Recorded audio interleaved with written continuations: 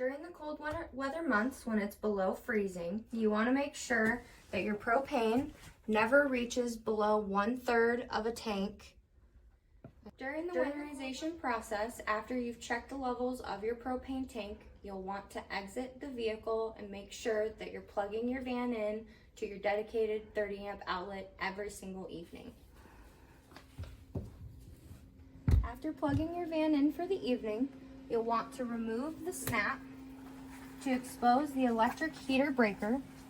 You'll then pull the cotter pin on that breaker so that you can then push it in to indicate that your electric heater will work. Always remember to set your rear thermostat to 60 degrees for your rear electric heater. You can then open up your laundry chute door, prop it up so that you can keep it open and allow heat to flow through into the salon. You'll also want to make sure that you leave your water heater in the on position with the red light off, indicating that it is running all night long.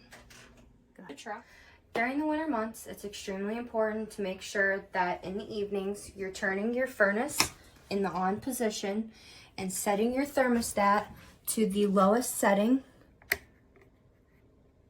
to leave on overnight to make sure you can prevent any freezing throughout the cold temperatures. At the end of the day, you want to make sure that you fill your freshwater tank and drain your gray water tank.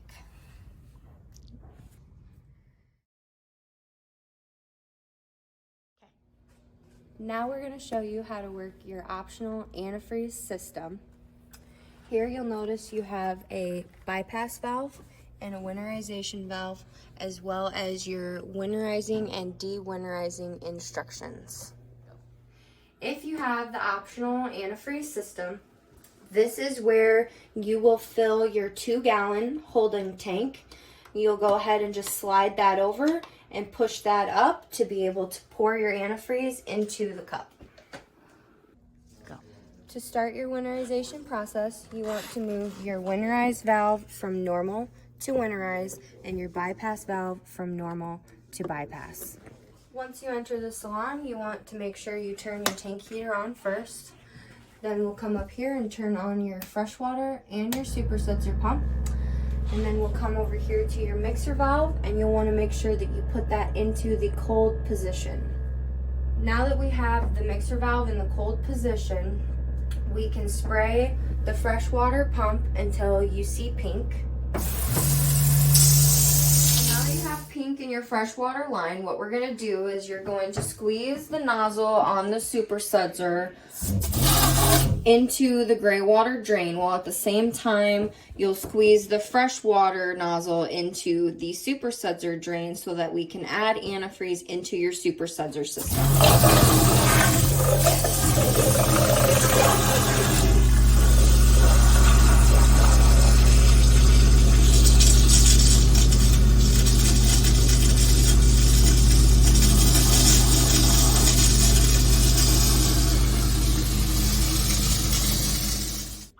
Now that there's pink in both lines, both your supersensor and your freshwater, we'll go ahead and turn off the mixer valve, and we'll come over here and we'll turn off both your supersensor and your freshwater pumps for the evening.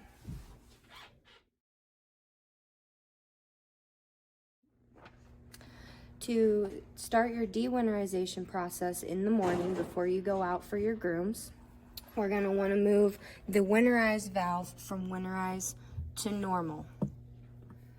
Now that we're inside the salon, we're going to want to turn on your freshwater pump only, move your mixer valve into the cold position, and then we will squeeze the freshwater sprayer nozzle until all the pink has been flushed from the line.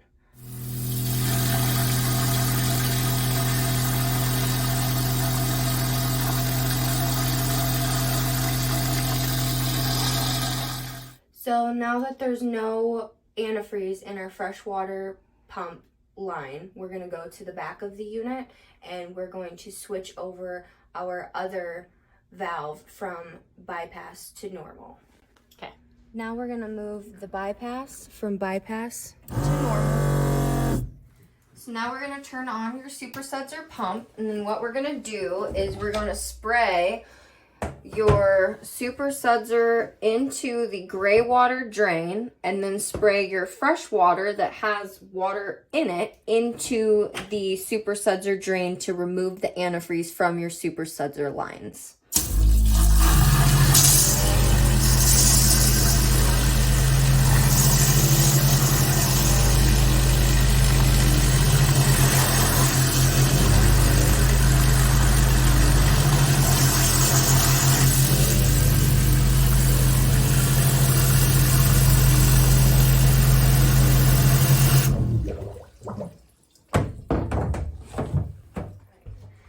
Now that we've cleared all the antifreeze from the system, we can go ahead and shut your mixer valve off, turn off your super sudsor and your freshwater pump, and then we can turn off your tank heater.